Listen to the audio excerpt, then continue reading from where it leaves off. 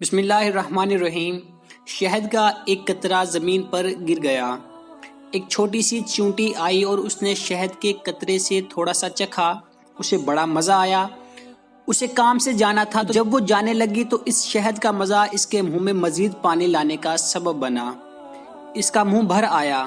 کیا زبردست اور مزیدار شہد ہے، کتنا میٹھا، آج تک ایسا شہد نہیں کھایا۔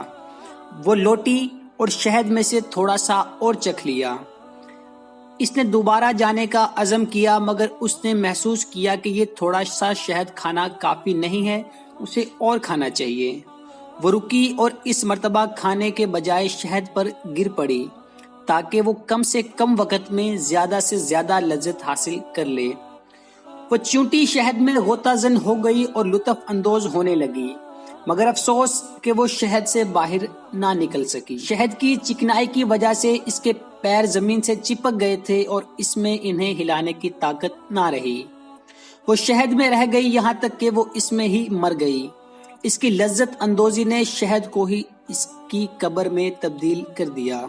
تو دوستو، ایک دانا کا قول ہے، دنیا شہد کے ایک بہت بڑے قطرے کے علاوہ کچھ اور نہیں ہے، بس جو بھی اس قطرہ شہد میں سے تھوڑا اور بقدر کفایت کھانے پر اکتفا کرے گا وہ نجات پا جائے گا، اور جو بھی اس شیرینی میں غوطہ زن ہوگا ہلاکت اس کا مقدر بن جائے گی۔